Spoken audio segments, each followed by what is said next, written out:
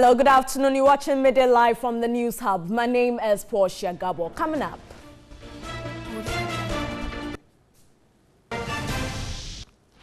More reactions continue to greet the 2018 budget presented by the Finance Minister yesterday as chartered economists cast doubt over some of the targets. Energy experts react to government's cutting of tariffs between 11 to 21%.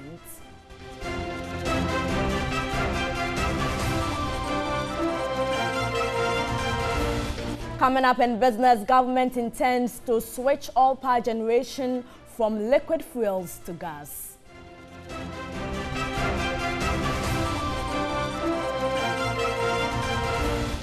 Coming up in sports, Swansea City are in desperate need of Barnsley defender Andy Yadom in the winter.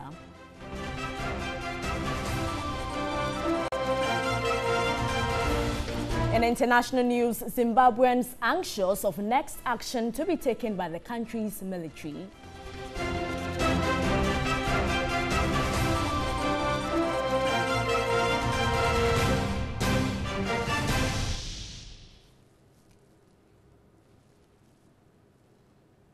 In our very first story, government proposes between 11 to 21% electricity tariff cuts in the 2018 budget that was presented to Parliament yesterday. Nevertheless, the downward adjustment in electricity tariffs will need the approval of the Public Utilities and Regulatory Commission, PURC, as prescribed by the law. If government's recommendation to PURC are accepted, consumers will be expected to benefit from reductions in electricity tariffs.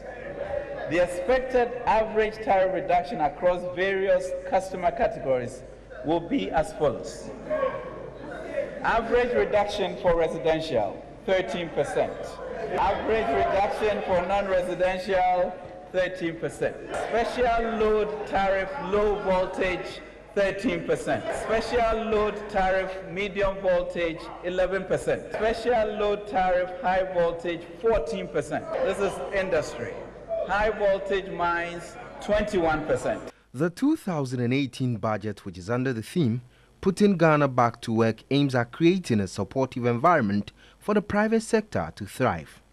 It is also aimed at propelling growth and create employment opportunities. The Finance Minister, Ken Ofori-Atta, announced tax holidays of up to 5 years for young entrepreneurs in the country. This will be granted based on the number of people employed by the startups. As a further commitment to creating a supportive ecosystem for young Ghanaian entrepreneurs of age 35 years and below who start their own businesses, government will, through the National Entrepreneurship and Innovation Plan, grant tax holidays based on the number of persons employed by a startup or early stage business. A preferential tax rate of between 3 to 5 years will be granted after the tax holiday.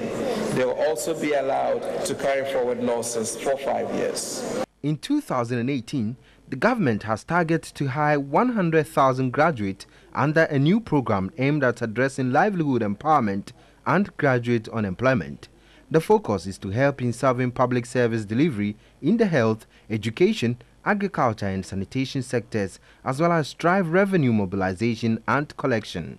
Finance Minister revealed government will invest heavily in its flagship policies such as planting for food and jobs, one district, one factory, free SHS, as well as agriculture and agribusiness. Planting for food and jobs, 700 million.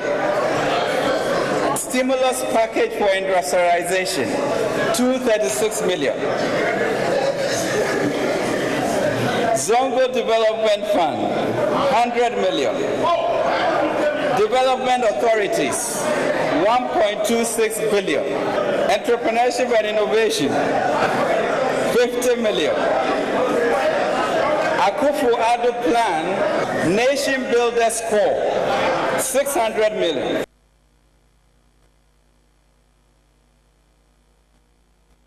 Let's have more discussions on the budget. And in the studio with me is the Chief Executive Officer of the Institute of Chartered Economists Ghana. He is in the person of Gideon Emisa. Good afternoon and thanks for your time. First of all, what is your institute's assessment of the 2018 budget? Well, thank you very much for having me. We think that, you know, as economists, we normally deal with the figures. And then the macroeconomic indicators are what we look at. And when you study the budget for 2018, it actually gives us the performance of 2017. And as of September, the figures that are coming out, in fact, are very encouraging and very favorable for business activities. When you pick the real sector, where we are having a provisional figure of 7.6% growth rate, that is quite encouraging. If you look at inflation, it has also, you know, assumed a downward trend since January, and that is also encouraging. If you look at the monetary sector, looking at interest rate from the T-bill perspective and then monetary policy, you know, rates, all gives good indication of a stable environment as far as the macroeconomic indicators are concerned, because we as economists will likely be looking at the figures. Now let's break it down for the ordinary Ghanaian to understand. How impactful will this be to the ordinary Ghanaian? Well, when we talk about the GDP growth rate, there are two things that comes in mind and which the ordinary Ghanaian would know. We would use the GDP to measure the level of, or the standard of living of the people in the country. So one indicator would be the GDP per capita. I mean, we look at how the economy is growing, and if we have to share the output or the income, you know, on average, what will every Ghanaian be getting? And that gives us a fair idea. So if the economy is improving, and then if we expect the economy like ours, which has been on the declining trend for about 4 years, to now start picking up, then we can assume that if it picks up, then the living standard of the people is likely to be improved. Secondly, the GDP growth rate will also help us know how we can measure the level of employment, because in our country we don't really have data for measuring employment. So when we see economy growing on average, and then assuming that everything is working as expected, then we expect to get more people employed as far as the economy is growing. On the other side of inflation, it actually helps us to know the cost of living of the people, as in whether prices are going up, or so if inflation is coming down, or we have disinflation, then actually gives an indication that the price levels in the economy is quite stable, and that goes to help you and I, as you know, the ordinary Ghanaians, in terms of our purchasing, you know, power for the income we get. So that is what, you know, I can break it down to the ordinary Ghanaians. Now, government has also set some revenue targets. How realistic are they? Are we going to achieve them this time around? Well, with a revenue target, that is where the issue is as far as our stand is concerned. Because with the 2017 budget, we made some projections of about 44 billion, which we had to reduce it to 43 billion. And that was the increment or the growth rate for that, you know, that revenue target was quite outrageous. That is when we compare it to the average growth rate of Ghana's revenue mobilization. So if we are, for instance, we are mobilizing revenue on average for about 19%, and then last year's target was about 33% of the previous revenue. That really seems unrealistic. Now, when we come to this year's, you know, target, which is somewhere around 51 billion, that is also estimated to be 23% increment of the expected revenue, which has now been reduced from 44 billion to 41 billion. And if that is the case, which the 41 billion we are also not so sure we'll be able to meet. So if you set a target that is based on a target that we are not so sure of meeting, then of course there's that likelihood that we may not achieve this target this time around too. To what extent does the budget reflect on the country's development policies? Well, that is a very important question.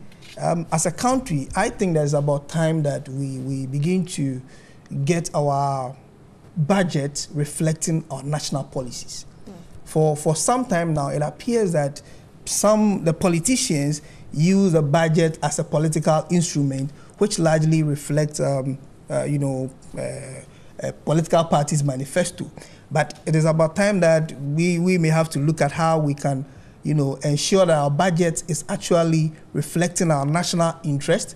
And as far as we are also part of a global economy, we may also not want to have a budget that, it's at variance with the global sustainable development goals. But I think to some extent, this budget tries to align itself with the sustainable development goal. That is good. But to the extent of having a national policy, which the budget, a national development policy, which the budget will have to be situated in, I think we are actually, lacking behind.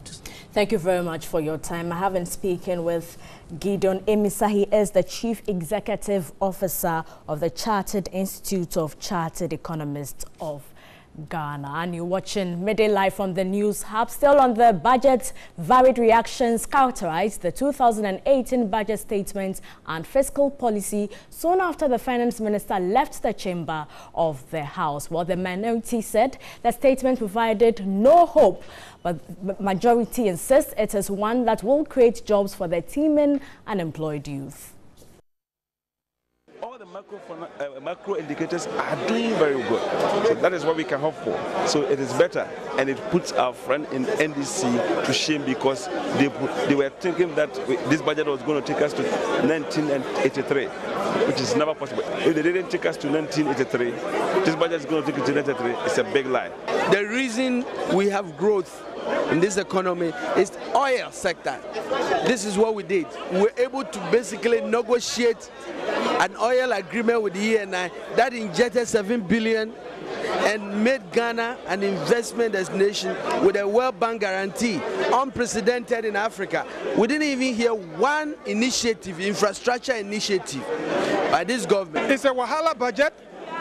Ghanaians should expect tougher times in 2018 because there's no hope for the health sector. Managers of the health sector will continue to struggle. Is there one thing, health insurance, they keep on hammering, and I always advise that, you see, healthcare is not only about national health insurance. Yes, national health insurance is important, but geographical access is also important. This is fantastic results. This is sheer brilliance and prudent economic management, and I am particularly enthused about the fact that in the next coming year, there's going to be over 100,000 jobs that will be created for the youth through the Nation Builders Corps. What I take for this budget is a total and gross disappointment. The Minister of Roads and Highways, just last 2 weeks, came to the chamber to answer questions and said that they have drawn budget to construct the Eastern Corridor route.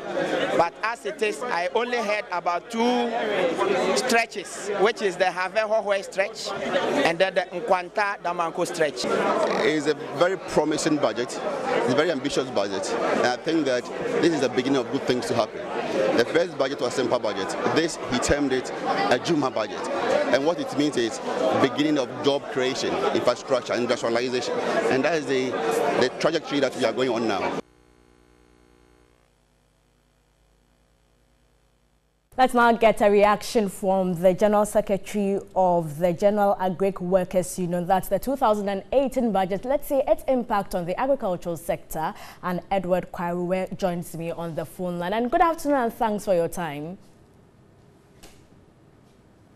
Good afternoon, sir. Well, we'll be trying to speak with Edward Kwaruwe. He is the General Secretary of the General Agric Workers Union. And good afternoon and thanks for your time. You're watching Midday Live from the News Hub. And Mr. Kwaruwe, good afternoon. And first of all, what's your overall assessment of the 2018 budget? Well, as usual, and characteristics of our budget is that there have been some projections, things to be done, and then also giving us what has been done so far. Again, there have also been some promises in the budget which are critical to Ghanaians. There have been some expected utility reductions, particularly electricity. And then there have been some jobs to be created, where about 100,000 jobs are expected to be created within the year 2018. So this is what I've seen about projections. Look attractive, but we are now to wait for the implementation of those projections. Do you think there are enough policies put in place to revive the fortunes of the agricultural sector? Please come again. I was asking whether you think there are adequate policies in the budget to revive the fortunes of the agricultural sector. Well, I will say no. There are not enough fortunes to do so. What I also know is that you look at what we have done so far and see whether what has been proposed is good enough. You know, this planting for food and jobs is a major program within the agriculture sector. It had intended to generate 750,000 jobs. As we speak, I think far less jobs have been created. I've learned that only 3,000 jobs have been created out of the 750,000 jobs. So I think that the program itself, if it is going to deliver at all, it can only deliver in improved productivity, but not the jobs. So again, what they are projecting is that they are putting 400 million funds to de-risk the sector, and it's not too clear how just providing money to the sector will necessarily make it less risky. And those details have to come out, and which were not available in the budget, according to my understanding. There was also a promise to employ about 1,200 agricultural extension workers. How many have so far been employed? Well, that should be a question to the Minister and the Ministry of Agriculture to tell us. And they ought to have said this in the budget for all of us to know. So that again gives us some room to be skeptical that the additional jobs they are talking about, creating 2,700 extension personnel, and they call them personnel, not necessarily officers. And what we have learned under the 2017 period is that they picked some people and put them under YEA, the Youth Employment Program, and gave them an all-inclusive allowance. And that is not the type of employment we are talking about. Extension officer is different from just someone who has been asked to go and do extension services for a period. So, given the results of the 2017, that they need to come back and explain further how they are going to generate those jobs. With regards to the fall armyworm infestation, it was stated that the situation has been managed. Is that the situation? Well, yes, the situation also has a natural factor. And if we take the northern part of the country, for instance, the season is over. So you cannot have the fall armyworm when there is no farming. So we expect that it will not be there. So certainly it has abated. The thing I have seen is that steps are being taken to ensure that come 2018, if there's any invasion at all, that can be nipped in the bud early enough so that it does not cause so much devastation. Thank you very much. I have been speaking with Edward Kaiwa. He is the General Secretary of the General Agricultural Workers Union, GAWU. In more news, this afternoon, the reduction in utility bills was a topical expectation for most Ghanaians as the Finance Minister Ken Ofori-Atta presented the budget. Grace Amwasari spoke to some people at the Malamata market ahead of the 2018 budget reading.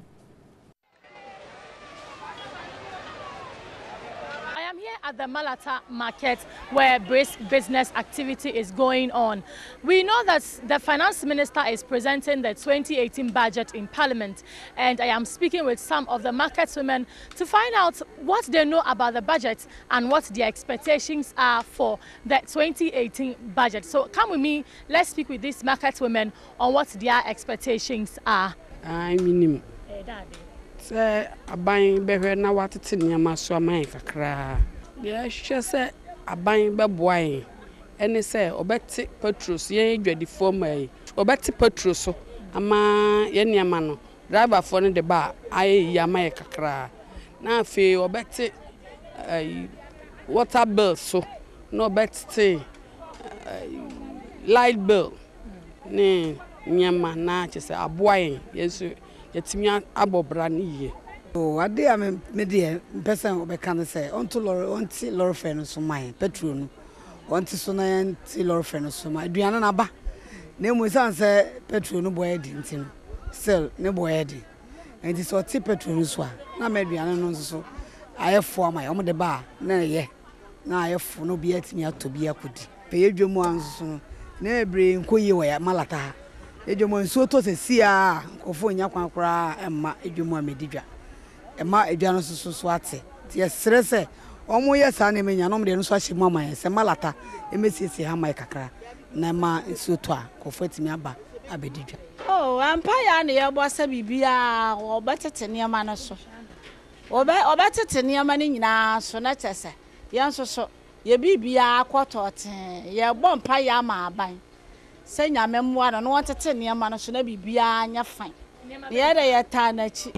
it to come down small so that when we also go to town, we are going to buy our goods.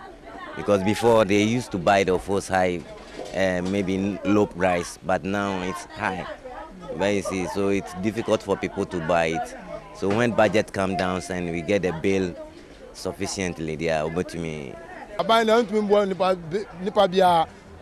my bonny, I only did you come on about my man. Nanya Sky crack up. Oh, as I is my patron electricity.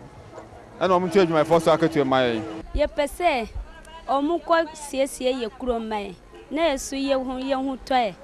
I am Mumbai my dam, nay, so ye and Debbie. Ye da bontina tuntum ye bano, until ye per se young so ye got na ye crew. And away from the 2018 budget, the Commission of Inquiry on the Creation of New Regions will from Tuesday, November 21, begin a public sitting. Representatives from the 4 regions seeking to be reorganized are to come and defend their petitions and explain why they should be accepted. Meanwhile, the Commission has started reviewing petitions from the Western, Volta, Bunafo and Northern regions. At meeting the petitioners. So they've planned that from Tuesday, 21st, they will start meeting the petitioners. The purpose of it is you have received a petition from people who say they want a region. Sorry, it has gone through the process, it's gone to the Council of State, Mr. President has formed the commission. So, at least you want to meet them, you have read it. They may want to add certain things. There are some explanations to give to the commission. So the commission wants to meet those who sent the petition to Mr. President. The secretariat of the commission is at the castle. They will be meeting the first petitioners from the Western region on the 21st of November at 10 a.m. 22nd November, that should be I think, a Wednesday, at 10 a.m. they'll meet the petitioners from Volta region. Then on the 23rd, they will meet the petitioners from Bron Ahafo region. And so since we came all into at 10 government, 28th, the following week, 28th, they will meet another petitioners from Bron Ahafo region. There were 2 petitions from Bron Ahafo region. 2 petitions from Bron Ahafo region. So the first petition is what will take place on 23rd. The second one will be on Tuesday, 28th November. They will take the second one. And then on Wednesday, 29th, they will take the fifth one, which is a petition from Yabonra on behalf of the chiefs and people in the part of Northern region. The last one, that will be the sixth petition the commission members will meet, will be from the Nairi of the Mamprosi area on behalf of the chiefs and people from that area. After this interaction, the commission intends to move to the regions and have public hearings or stakeholder consultations. In other news, World Prematurity Day is observed on November 17 each year to raise awareness of preterm births and the concerns of preterm babies and their families worldwide. Approximately 15 million babies are born preterm each year, accounting for about 1 in 10 of all babies born worldwide. Ghana is ranked 25th in the world for the number of babies born prematurely. This places Ghana at a very high burden of preterm births. Ghana will join the world to mark Prematurity Day to raise awareness of this serious health crisis. We will bring you a series of issues of preterm births in Ghana.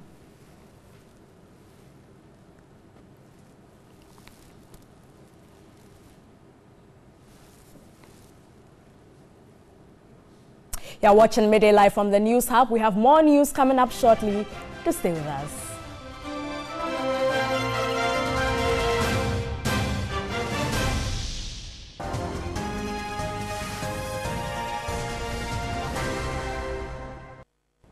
Hello again, it's now time for business, and government proposes to between 11 to 21% electricity tariff cut in the 2018 budget that was presented to Parliament on November 15. Nevertheless, the downward adjustment in electricity tariffs will need the approval of the Public Utilities and Regulatory Commission (PURC) as prescribed by the law.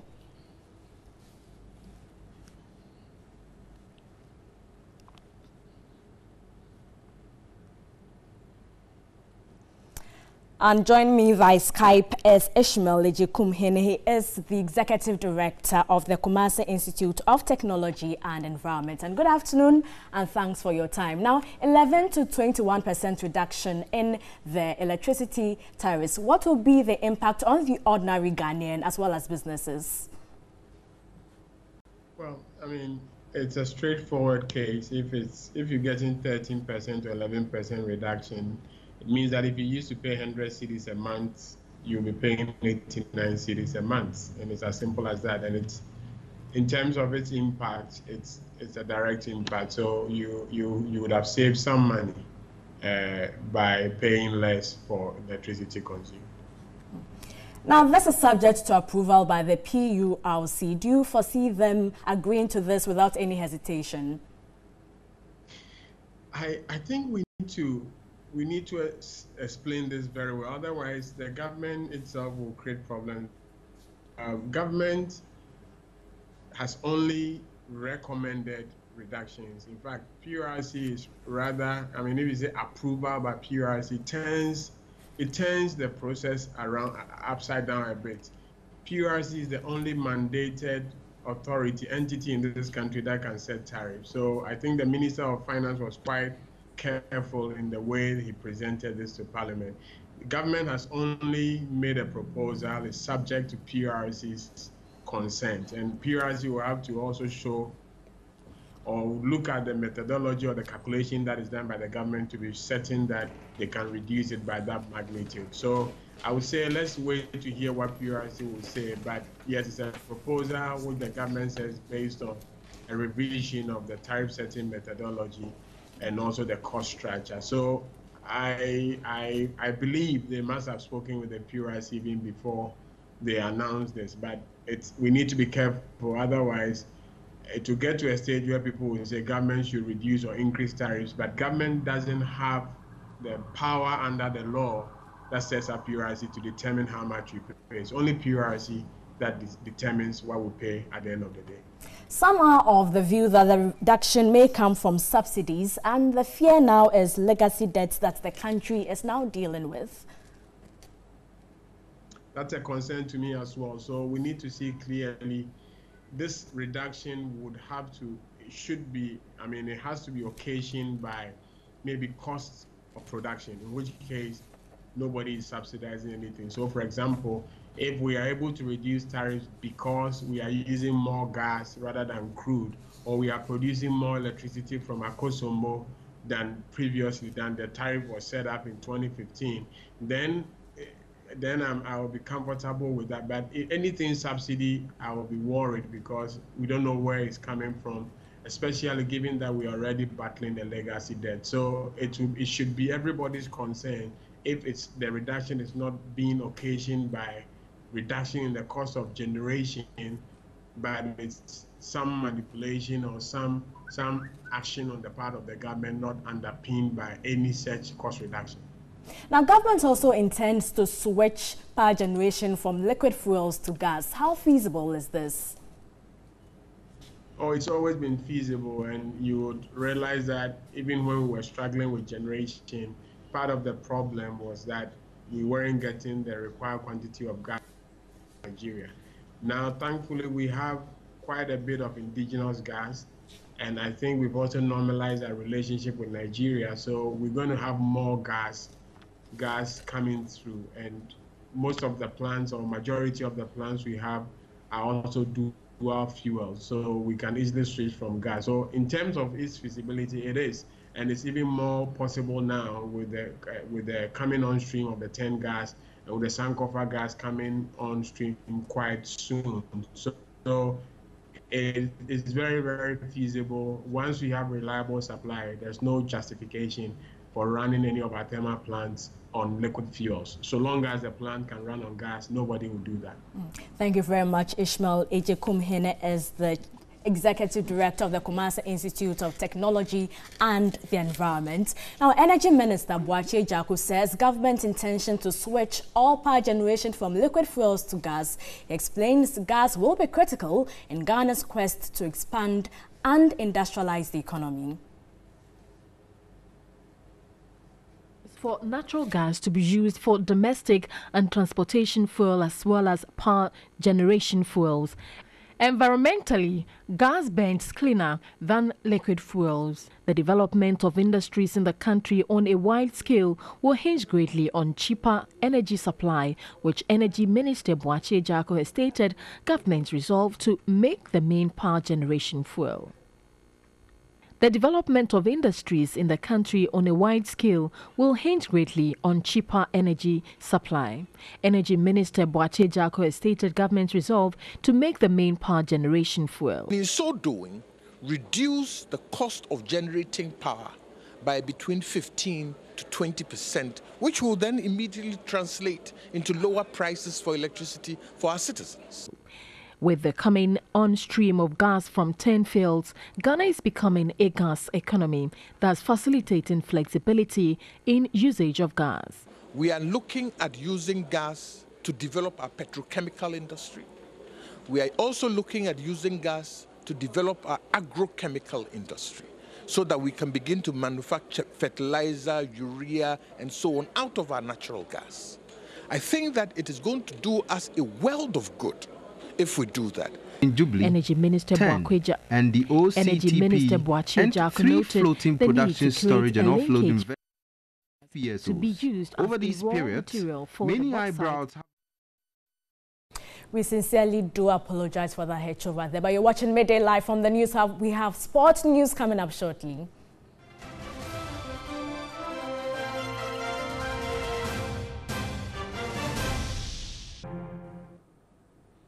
My name is Yao Fosulab. It's time now to do sports here on the Midday News. But on to our first story now. And head coach of Kumasi Asante Kotoko, Steve Pollack, sealed a new deal with the club after guiding the team to win the 2017 MTN FA Cup. The deal announced by the club on their Twitter handle ended a long week of speculation around the Englishman's future with the Porcupine Warriors. Pollack says signing a new deal wasn't a difficult decision for him.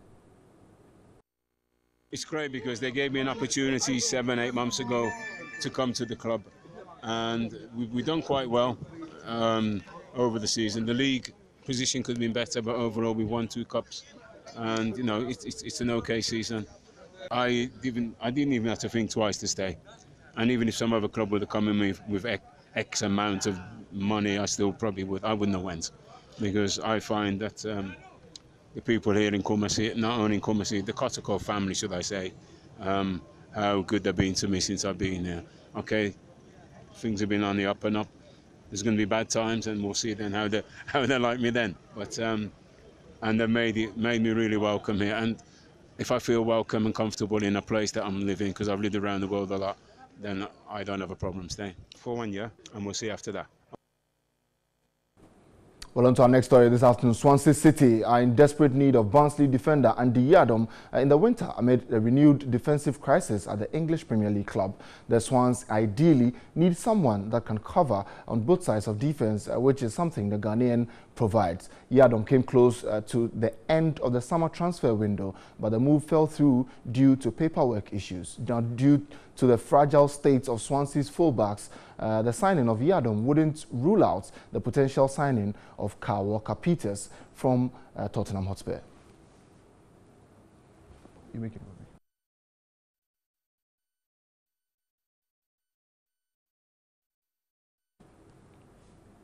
Well, on to some more stories now. And yesterday, after Peru beat New Zealand in the World Cup playoffs to qualify, the 32 teams have been fixed now. And as you can see on here, there's Russia, there's Brazil, and it's been indicated on the world map, and every country has been shaded there. And as you can see, teams like Argentina and Brazil have already been shaded. Nigeria, also from Africa. If you look right here, there's a Northern African region where Tunisia, there's Egypt and Morocco have all qualified. In there, there's Spain here, there's England, and the teams like France and Germany have also qualified. The biggest country in the world, Russia, where the World Cup will be hosted, also shaded in blue there, very, very large. Then there's Australia, who have also qualified for their 4th straight World Cup after also winning their game against Honduras by 3-1. And then, several other teams also in the regions have also qualified. But one team that has also qualified within this area is Panama. They've also qualified within, that Central American belt there. But let's look at the ports where every team would be and how it will be when it comes to the groupings of the World Cup next year. And in Port 1, there's Russia, who are hosts of the World Cup in there. There's Germany, who have also won the World Cup on a few occasions. Brazil are the most successful team at the World Cup. They've been to every World Cup since 1930, and they're also in the most successful team. They've won it 5 times, and they will put in a huge fight to win this one as well. They're in there. Portugal, the reigning European champions, have also qualified. Argentina, they struggled through qualification, but then they've made it here.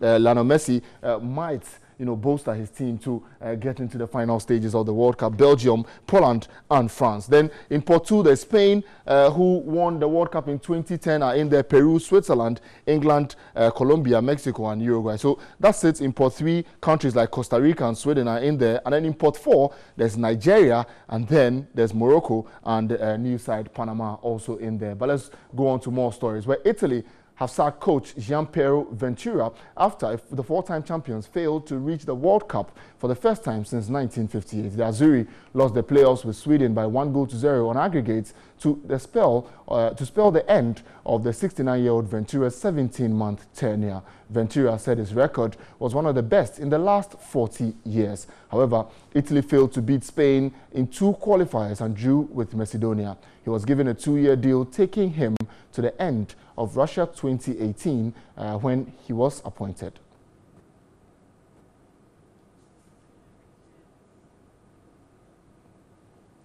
Well, to our last story this afternoon, and Manchester United defender Marcos Rojo has taken a step up in his recovery from injury by playing 45 minutes for the club's under-23 side last night. The 26-year-old has been sidelined since April with a serious knee ligament injury which he suffered during United's Europa League quarter-final clash against Anderlecht of Belgium. Rojo took to the field again for the first time since the injury last night, though playing the first half of United's under-23 friendly against Athletic Bilbao at the Ley Sports Village.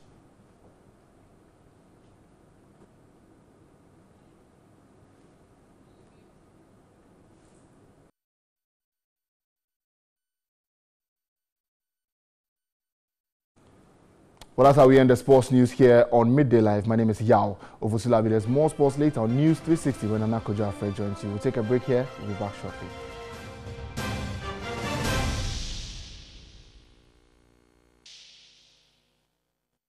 In this segment this afternoon, the presentation of the Ejuma budget was not without some light-hearted moments. Also, Arai brings us some sights and sounds from the Finance Minister's presentation. Eyes were on Finance Minister Ken Ofori-Atta as he walked into Parliament. His attire reflected his mood, a bearer of a very important message. The Ejuma budget carried good vibes. I'm happy to note that we have turned the economy around. Our SHS students have literally forgotten how to spell Doomsor. The minority refused to accept that. To them, it was 419 and full of wahala.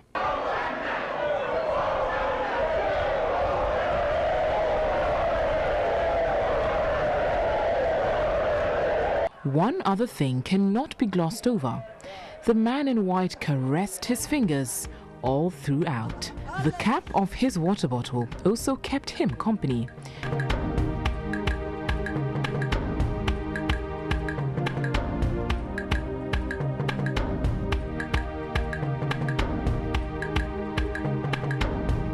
And what is it with the ongoing chorus? The following roads and British will be constructed. Abehohoi, Tamale Solaga, Enquanta Damango, Atabubu Kwame, Boya Bridge, Nika Bridge, and 99. Well, previous presentations have seen both sides tease each other. That too was not missed.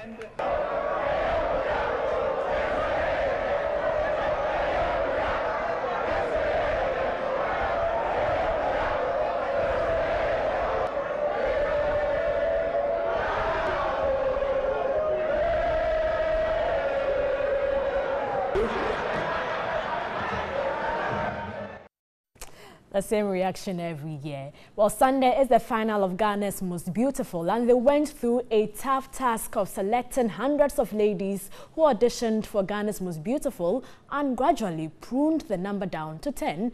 Well, after 12 weeks of competitive live shows, the judges have a word to say to the finalists ahead of the grand finale on Sunday.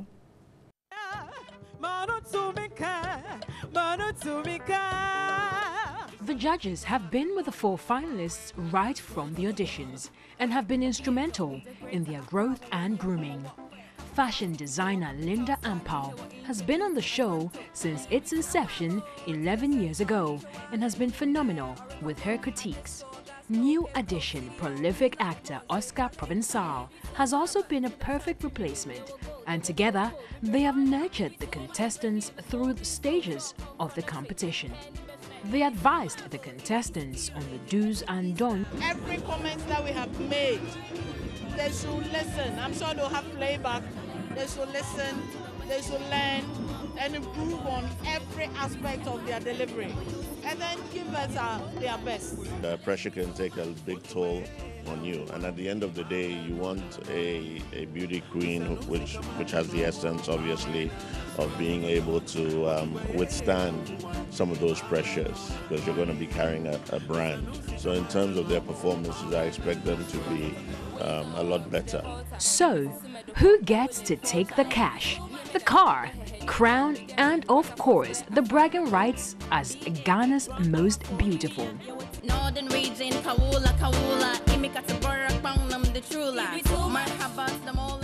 Coming up is international news.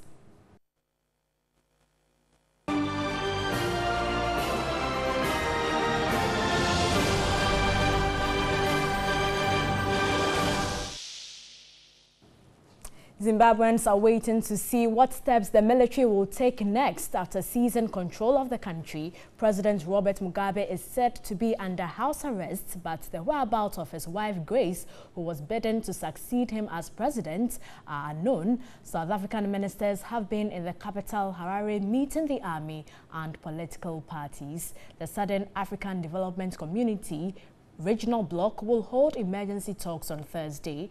President Mugabe, 93, has been in control of the country since it gained independence from Britain in 1980. We have more updates on this in our subsequent bulletins. And that's it for Midday Live. Thanks so much for watching. My name is Portia Gabo. Good afternoon.